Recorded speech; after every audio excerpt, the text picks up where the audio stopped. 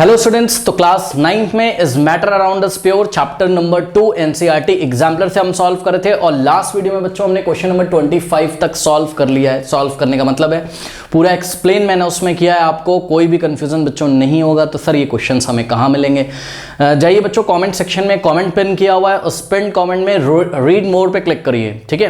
तो आपको वहाँ पे सभी चैप्टर्स के एक तो लिंक मिल जाएंगे। पूरा फिजिक्स केमिस्ट्री में बच्चों पढ़ा चुका हूँ, तो जो क्लासेस हुई हैं उसका भी आपको लिंक मिल जाएगा। इसके अलावा एनसीईआरटी एग्जाम्पलर अगर आपसे नहीं सॉल्व हो रही है, आप करना चाहते हो, तो आपको is matter around us pure NCERT exemplar पे क्लिक करना है, पूरा प्लेलिस्ट पार्ट 1 से खुल के आ जाएगा। इसके अलावा मैं बता दूं कि फिजिक्स का भी मैंने वहां पर एनसीईआरटी एग्जाम्पलर का लिंक दे रखा है, मोशन और force and laws of motion. इस चैनल से जुड़ जाए, और भी वीडियोस इसी तरीके से बच्चों आते रहेंगे। मैंने नए बच्चों के लिए बताया है और पुराने बच्चों को तो पता ही कि आज से हमको स्टार्ट करना है। इसके अलावा हाँ, मैथ्स का भी लिंक आपको नीचे मिल जाएगा, ठीक है।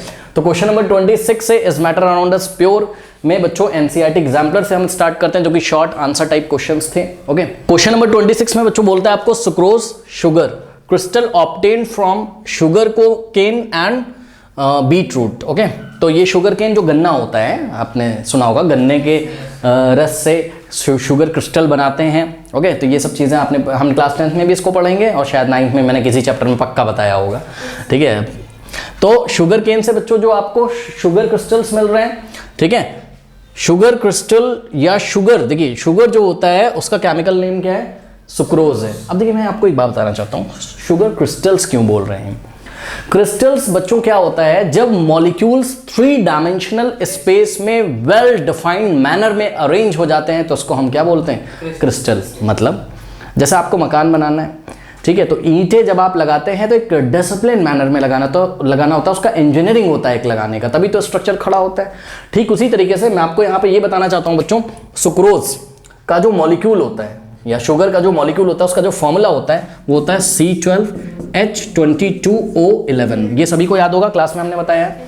तो ये आपकी नॉलेज के लिए है, बस मैं आपको समझाना चाहता हूँ। जैसे वाटर का मॉलिक्यूल H2O होता है, वैसे सुक्रोज का जो मॉलिक्यूल होगा वो C12H22O11 होगा, ठीक है। अब क्या होता है कि जब शुगर क्रिस्टल बनते हैं, मतलब शुगर का आपने दाना देखा है ना, जो चाय में आप डालते हो, है ना, तो वही आप समझ लो, अभी उसी को आप समझ लो। तो वो जो होता है, अगर हम उसको माइक्रोस्कोप से देखें, मतलब विजुअलाइज करिए, तो ये जो मॉलिक्यूल्स हैं बच्चों किसके, सुक्रोज के, ये वेल डिफाइंड मैनर में अरेंज होते हैं। वेल डिफाइंड मतलब इसमें अरेंज होने का एक डिसिप्लिन होता है, एक अरेंजमेंट। ऐसा नहीं है, देखिए बात समझिए, ऐसा नहीं कि एक मॉलिक्यूल यहाँ लग गया, फिर एक यहाँ, 3 यहाँ एक साथ लग गए, फिर एक यहाँ लग गया और फिर 4 यहाँ पे, नहीं। ये वेल डिफाइंड मैनर में अरेंज होंगे कुछ इस तरीके से। ये 3D में मैं आपको दिखाना चाहता हूँ, किस तरीके से दिखाऊं। अब इसका स्ट्रक्चर तो चाहे जैसा भी हो, ये देखिए 4 मॉलिक्यूल्स ये, और सपोज 4 यहाँ पे हैं, तो ये कुछ ऐसा, ठीक है। और इसी तरीके से फिर 4 यहाँ पे होंगे ऊपर, मतलब एक क्यूब ऐसे ऊपर बनने वाला होगा, and so on too. Okay, वैसे एग्जैक्टली ऐसा स्ट्रक्चर नहीं होता है क्यूबिकल, मतलब अगर हम ध्यान, ये तो हम आपको समझाने के लिए बता रहे हैं, बस मोटी मोटी बात इतनी समझिए। क्रिस्टल्स क्या होते हैं, क्रिस्टल्स ऐसे सॉलिड्स होते हैं बच्चों जो जब बनते हैं तो उनको बनाने वाले जो कॉन्स्टिट्यूएंट पार्टिकल्स होते हैं, पार्टिकल्स का मतलब जो मॉलिक्यूल्स उनको बनाते हैं, और हमेशा ऐसा नहीं कि क्रिस्टल को मॉलिक्यूल ही बनाए, आयन या एटम भी इसको बना सकते होंगे, तो वो सब डिस्कस नहीं करें। बस आप ये समझिए, जिन पार्टिकल्स ने उनको बनाया वो पार्टिकल वेल डिफाइंड मैनर में लगते हैं, उल्टे सीधे कहीं भी नहीं लग जाते हैं, उनके लगने का एक पैटर्न होता है, ठीक है। बात समझ में आई कि नहीं। तो ये आपकी नॉलेज के लिए हमने आपको बताया, ठीक है। अब हम आगे बढ़ते हैं, ठीक, चलो बहुत बढ़िया। अब देखिए बहुत ध्यान से बच्चों क्वेश्चन को पढ़िएगा। इन्होंने बोला है कि sucrose crystals obtain from sugar के, मतलब कि सुक्रोज के जो क्रिस्टल्स हैं, एक बार तो इन्होंने कहां से ऑब्टेन किया, शुगर केन से। एंड लगा हुआ है, एंड का मतलब एज वेल एज, मतलब शुगर केन से तो शुगर के क्रिस्टल बनाए गए, as well as beetroot से भी बनाए गए। बीट रूट जो चुकंदर आता है बाजार में, जो आप लेके खाते हो, और जब शायद खाते हो तो मुंह आपका लाल पड़ जाता है, या जो भी पर्पल कलर का होता है ना, देखा आपने। तो एक बात बताइए बच्चों, थोड़ा सा दिमाग लगा के आप समझिए। देखिए एक बार आपने इस मॉलिक्यूल, मतलब इस क्रिस्टल, मतलब ऐसे बहुत सारे मॉलिक्यूल्स मिलके क्रिस्टल बनाया होगा ना शुगर का, तो एक बार तो ये शुगर क्रिस्टल्स आपको कहां से मिले बताइए, शुगर केन से। और एक बार कहां से मिले बताइए, बीट रूट से। अब मेरी बात बहुत ध्यान से समझिएगा जरा, ठीक है। तो 2 एरो लगा देते हैं तो आपको क्लियर समझ में आएगा। तो ये देखिए शुगर क्रिस्टल्स है, कहां से मिले, ये शुगर केन से, और ये बीट रूट है, बीट रूट्स, मतलब ये जो क्रिस्टल्स हैं शुगर क्रिस्टल्स या सुक्रोज क्रिस्टल्स, ये आपको कहाँ से मिले? बीट रूट से, ठीक है। अच्छा एक बात बताइए, अगर हम आपको बोलेंगे बच्चों इसको आप मुझे देख के बताइए कि इसमें किस टाइप के मॉलिक्यूल्स हैं, तो आप मेरे को क्या बोलोगे कि सर इसमें तो जो मॉलिक्यूल्स हैं वो ये वाले हैं, कौन से? C12H22O11। हमने कहा ठीक से देख के बताइए अपने, हाँ सर यही है, ये वेल डिफाइंड मैनर में लगे हुए हैं, तो क्रिस्टल बन के तैयार हो गया। और इसी को हमने क्या बोल दिया? शुगर क्रिस्टल या सुक्रोज क्रिस्टल, क्योंकि ये सुक्रोज के मॉलिक्यूल से मिलकर बने हुए हैं। सुक्रोज के मॉलिक्यूल का फॉर्मूला क्या होता है? C12H22O11। हो गए, चलो बहुत बढ़िया। अब हमने बोला कि बच्चों ये वाला शुगर क्रिस्टल आप मुझे जरा देख के बताओ कि इसमें कैसे मॉलिक्यूल्स मौजूद हैं। तो आप बोलोगे सर इसमें भी तो वही मॉलिक्यूल्स मौजूद हैं। बात समझो, इसमें भी तो वही मॉलिक्यूल्स मौजूद हैं, यही वाले, क्योंकि है तो क्या ये शुगर क्रिस्टल, ये भी है शुगर क्रिस्टल, ये भी, या फिर सुक्रोज क्रिस्टल ये भी है, सुक्रोज क्रिस्टल ये भी है। एक मिल रहा है आपको शुगर केन से, बल्कि मुझे उल्टा एरो लगाना चाहिए ना, और एक मिल रहा है आपको किससे? बीट रूट से। बच्चों बहुत ध्यान से जरा समझिए, वाटर है जैसे, ठीक है, पानी है, पानी, वाटर, प्योर वाटर। अब प्योर वाटर आपको कहीं से भी मिले, चाहे रेन हो प्योर वाटर की, या प्योर वाटर आप लैब में डिस्टिल करो, तो प्योर वाटर का सोर्स बच्चों कुछ भी हो, या हाइड्रोजन ऑक्सीजन से रिएक्ट करके वाटर बना रहा है, प्योर वाटर आपको मिला, प्योर वाटर का सोर्स कुछ भी हो। अगर आप एक बात बताओ, प्योर वाटर को प्योर वाटर में मिक्स कर दो तो जो वाटर होगा वो भी तो प्योर सब्सटेंस ही होगा। क्यों? क्योंकि जो मिक्स किया आपने उसमें वाटर के मॉलिक्यूल्स के अलावा कोई और मॉलिक्यूल, किसी और टाइप के मॉलिक्यूल्स नहीं है, यानी कि उसका केमिकल कॉम्पोजिशन जब आप मिक्स कर दोगे प्योर वाटर को प्योर वाटर में मिक्स कर दोगे, तब भी तो प्योर वाटर ही मिलेगा आपको, प्योर सब्सटेंस ही होगा। व्हाई? बिकॉज ये वाला वाटर हम सपोज रेन से लेके आए थे, वैसे तो रेन वाटर प्योर नहीं होता, उसमें आयंस होते हैं, but let us assume, okay, मतलब एक सोर्स है वहां से हमको प्योर वाटर मिला और दूसरा सोर्स है वहां से हमको प्योर वाटर मिला, हमने दोनों क्या कर दिया? मिक्स कर दिया। तो जो मिक्सचर है वो भी प्योर है केमिस्ट्री की भाषा में। क्यों? क्योंकि जो आपने मिक्सचर तैयार किया उसमें वाटर के मॉलिक्यूल्स के अलावा कुछ और नहीं होगा। तो यहां से एक रूल बन गया। क्या रूल बन गया? कि चाहे कोई आपके पास जैसे सब्सटेंस क्या हम बोलेंगे क्या कि हाँ चलो कोई केमिकल है भाई, वाटर भी एक केमिकल ही है केमिस्ट्री में, ठीक है। तो कोई केमिकल है, उसका सोर्स यहां से भी है, यहां से भी है, और हमने उसको मिक्स कर दिया। ये सोर्स पे डिपेंड नहीं करता है कि वो प्योर होगा कि इम्प्योर, ये उस पर डिपेंड करता है उसका केमिकल कॉम्पोजिशन क्या है। तो जब हमने मिक्स करके तैयार किया तो उसमें वाटर के मॉलिक्यूल थे, तो वो तो कैसा होगा? प्योर सब्सटेंस होगा।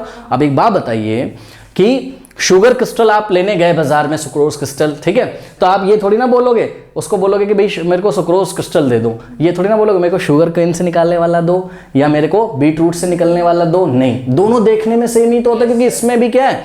C12H22O11 के बहुत सारे मॉलिक्यूल्स, और इसमें भी C12H22O11 के बहुत सारे मॉलिक्यूल्स वेल डिफाइंड मैनर में अरेंज हो गए हैं। तो ये भी सुक्रोज क्रिस्टल है और ये भी सुक्रोज क्रिस्टल है। सोर्स इसका बच्चों कुछ भी हो, ठीक है। अगर अब हम देखिए यहां से शुगर केन वाले शुगर क्रिस्टल्स को लिया और हमने बीट रूट वाले शुगर क्रिस्टल्स को लेके मिक्स कर दिया, इन दोनों को हमने क्या कर दिया?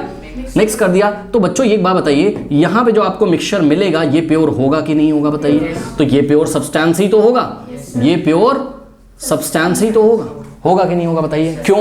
कोई पूछेगा क्यों, तो आप बोलोगे कि भाई देखो, जब हम इसकी जांच करेंगे, इसको अगर हम ध्यान से देखें तो इसमें हमें सुक्रोज के मॉलिक्यूल्स के अलावा और कुछ तो मिलेगा नहीं, C12H22O11 के मॉलिक्यूल्स के अलावा तो कुछ और मिलेगा नहीं। अब क्वेश्चन आप पढ़ लीजिए, क्या कह रहा है? Sucrose crystals obtained from sugarcane and beet root are mixed together, will it be a pure substance or a mixture? ये एक प्योर सब्सटेंस है या मिक्सचर है? तो जवाब है क्या? ये प्योर सब्सटेंस है।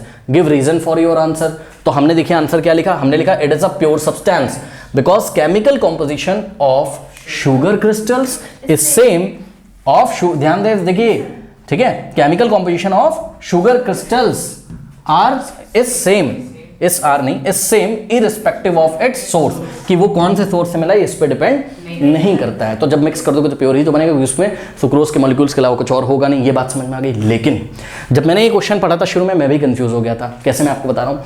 जब मैंने जल्दीबाजी में, कभी हम लोग एग्जाम में पढ़ लेते हैं, तो हमें क्या लग रहा था? हमें ये लग रहा था कि शुगर क्रिस्टल लिए हैं इन्होंने शुगर केन से और उसको मिला दिया है किसमें? चुकंदर के रस में, चुकंदर का जूस वगैरह कोई सोल्यूशन बना लिया है। बात समझो, चुकंदर का जो जूस होगा, मान लीजिए, ठीक है, थोड़ा सा चुकंदर का जूस लिया, वाटर में मिला दिया हमने ऐसे करके, ठीक है। अब ध्यान से सुनिए, क्वेश्चन अगर ऐसा होता कि चुकंदर का बीट रूट का जूस लिया गया बच्चों, और जूस में हमने क्या डाले हैं? Sugar crystal obtain from sugarcane, तो ये मिक्सचर हो जाता। पता है कैसे? सुनो, इस तरीके से देखिए, यहां पे क्या हो जाता बताइए, जब आप इसमें शुगर क्रिस्टल डालते हैं ना, ध्यान से सुनिए मेरी बात, तो इसमें आपको एक तो मॉलिक्यूल्स मिलते किसके, C12H22O11 के, ठीक है। अब ये जो बीट रूट होता है बच्चों, ठीक है, पता है ये बीट रूट सेहत के लिए काफ़ी अच्छा होता है, आपने सुना होगा, ठीक है। खून बढ़ाने के लिए इसको खाया जाता है, ब्लड हीमोग्लोबिन वगैरह इंक्रीज होता है, ठीक है। तो सुनो बच्चों, इसमें पता है इसमें फाइबर होते हैं, ठीक है, इसमें फाइबर होते हैं, इसमें फोलेट होता है। फोलेट क्या होता है, विटामिन B9 को फोलेट बोलते हैं, विटामिन B9। अब आपको ये सब याद नहीं करना, मैं आपको नॉलेज के लिए बता रहा हूँ, कुछ कॉन्सेप्ट क्लियर करना चाहता हूँ। इसमें बच्चों मैग्नीज होता है, मैग्नीज का फॉर्मूला Mn होता है। इसमें पोटेशियम होता है, पोटेशियम का फॉर्मूला K होता है। इसमें आयरन होता है, आयरन का फॉर्मूला Fe होता है। और इसमें होता है विटामिन C। तो ये होता है इसका क्या, कॉम्पोजिशन। तो सुनो मेरी बात, अगर आपने चुकंदर का जूस बनाया, ऐसा मतलब जो भी ये सॉल्यूशन बनाया कह सकते हो, उसमें अगर आपने बाहर से शुगर डाला तो क्या क्या आपको मिलेगा, आपको तो बहुत सारी चीज़ें मिल जाएंगी। ध्यान से चेक करो, इसमें आपको ये शुगर के पार्टिकल्स भी मिलेंगे, मतलब ये मॉलिक्यूल्स भी मिलेंगे। और ध्यान से चेक करिए, आपको इसमें फाइबर के जो ऑर्गेनिक मॉलिक्यूल्स होंगे वो भी मिलेंगे, आपको फोलेट विटामिन B9 के भी मॉलिक्यूल्स मिलेंगे, आपको मैग्नीज भी मिलेगा, आपको पोटेशियम भी मिलेगा, आपको आयरन भी मिलेगा। ये तो मिक्सचर हो जाएगा, बात समझ में आई कि नहीं है। बल्कि यहां पर जो क्वेश्चन में बोला गया था, वो क्वेश्चन में ये बोला गया है कि भाई शुगर के क्रिस्टल तैयार किए गए हैं, किससे, एक बार शुगर केन से और एक बार बीट रूट से। अब ये शुगर के क्रिस्टल बनाने का प्रोसेस चाहे जो भी हो, लेकिन शुगर क्रिस्टल जब बन के आ जाएंगे, सुक्रोज के क्रिस्टल जब बन के आ जाएंगे, तो उसमें C12H22O11 के अलावा तो कोई पार्टिकल होगा नहीं। बात समझ में आई कि नहीं है। तो यही क्वेश्चन अगर चेंज करके आ जाए तो आप मिक्सचर आंसर दोगे। चेंज करके कैसे आ जाए कि शुगर क्रिस्टल को किसमें मिलाया गया हो, बीट रूट के सॉल्यूशन में, ऐसे आप समझ सकते हो। बात समझ में आई कि नहीं आई, तो थोड़ा सा ध्यान से करिएगा, ओके, नोट कर लीजिए। नाउ स्टूडेंट्स, क्वेश्चन नंबर 27 देखिए, कह रहा है give some examples of Tyndall effect observe in your surroundings. Okay, अब टिंडल इफेक्ट क्या होता है, स्कैटरिंग ऑफ लाइट, ठीक है।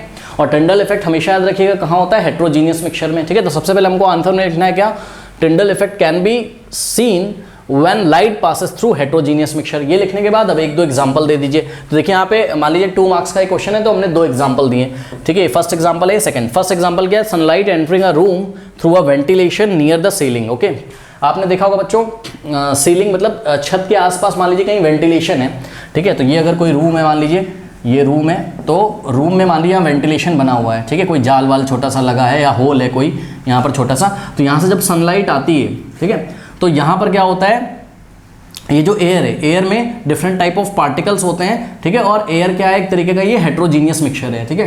प्योर एयर की बात नहीं कर रहा हूँ, क्योंकि भाई देखिए बहुत सारे पार्टिकल्स होते हैं यहाँ पर, अनवांटेड पार्टिकल बहुत सारे यहाँ पर होते हैं। तो ये हेट्रोजीनियस मिक्सचर होगा, मतलब पर यूनिट वॉल्यूम में अगर आप उठाओगे, ठीक है, तो आपको कहीं पे पार्टिकल ज़्यादा मिलेंगे और कहीं पे कम। तो ये हेट्रोजीनियस मिक्सचर है। और यहाँ पर पार्टिकल इतने बिग इनफ होते हैं कि लाइट को क्या कर दें, लाइट जब इस पर पड़े तो इसको स्कैटर्ड कर दें, ठीक है। तो एक एग्जाम्पल तो आप ये लिखोगे कि तो इस तरीके से जब लाइट यहाँ से एंटर करती है तो ये आपको स्कैटर्ड होते हुए नजर आती है, और इस इफेक्ट को हम क्या बोलते हैं, टिंडल इफेक्ट, ठीक है। तो ये डिटेल में हमने क्लास में किया है, ज़्यादा इसमें डिस्कस करने की जरूरत नहीं है। Sunlight entering a room through a ventilation near the ceiling. फिर बी, देखिए जो कैनोपी ऑफ डेंस फॉरेस्ट होता है बच्चों, ठीक है। कैनोपी क्या होती है, जब बहुत ऊंचे ऊंचे पेड़ होते हैं आपके फॉरेस्ट में, तो ऊपर जो ऐसे प्लांट्स का जो ग्रुप बन जाता है, इसको हम कैनोपी बोलते हैं। तो जब यहाँ से लाइट एंटर करती है बच्चों, ठीक है, तो जब यहाँ से लाइट एंटर करती है तो ये लाइट स्कैटर्ड हो जाती है, ठीक है। कैनोपी ऑफ डेंस फॉरेस्ट से जब लाइट एंटर करती है ऊपर से, तो ये सनलाइट क्या होती है, स्कैटर्ड हो जाती है। तो यहाँ पे भी हमको टिंडल इफेक्ट देखने को मिलता है, ओके। बिकॉज यहाँ पर भी आपका हेट्रोजीनियस मिक्सचर होगा, डिफरेंट टाइप ऑफ पार्टिकल्स होंगे, and that particle are big enough to scatter the light, okay. तो ये बहुत ईजी एग्जाम्पल थे। अब आते हैं 28 क्वेश्चन पे, कह रहा है can we separate alcohol dissolve in water by using separating funnel. अब देखिए ये क्वेश्चन बताने से पहले मैं आपको कुछ बताना चाहता हूँ, what is alcohol.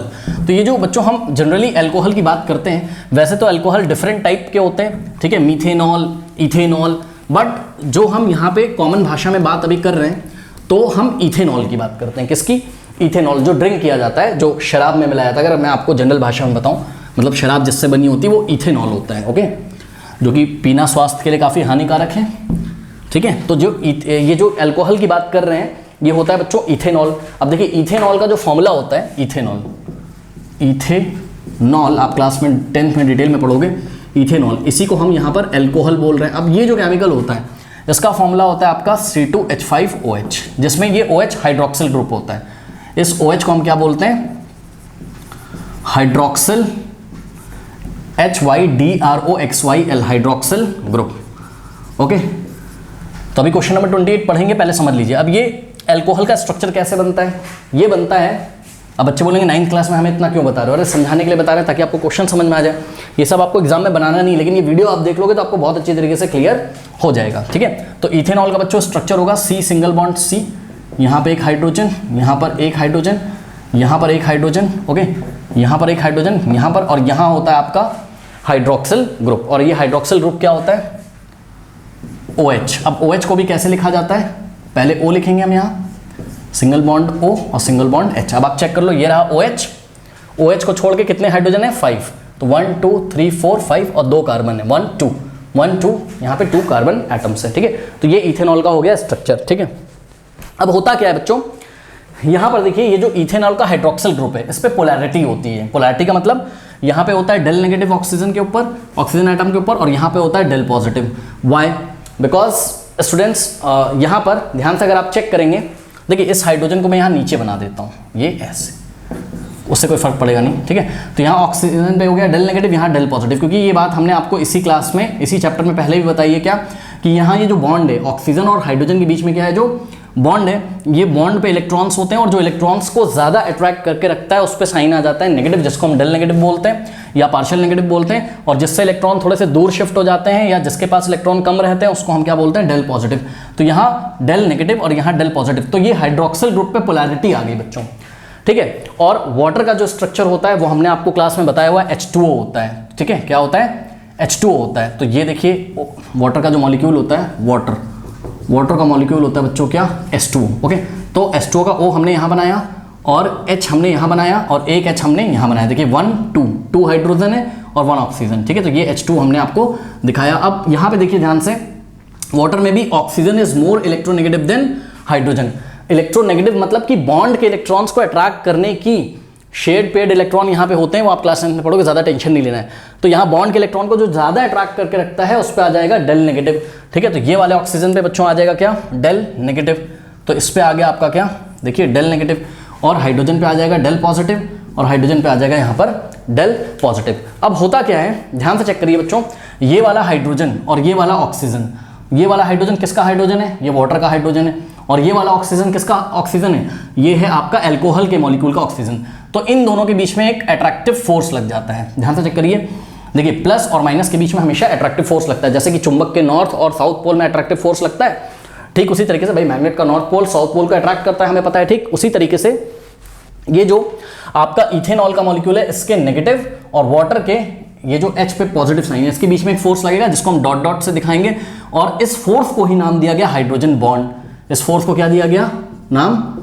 Hydrogen bond, okay, hydrogen bond. अब होगा क्या, हमने तो आपको यहाँ पर अल्कोहल का एक मॉलिक्यूल दिखाया और वाटर का एक मॉलिक्यूल दिखाया, बट ऐसे बहुत सारे अल्कोहल के मॉलिक्यूल्स होंगे भाई।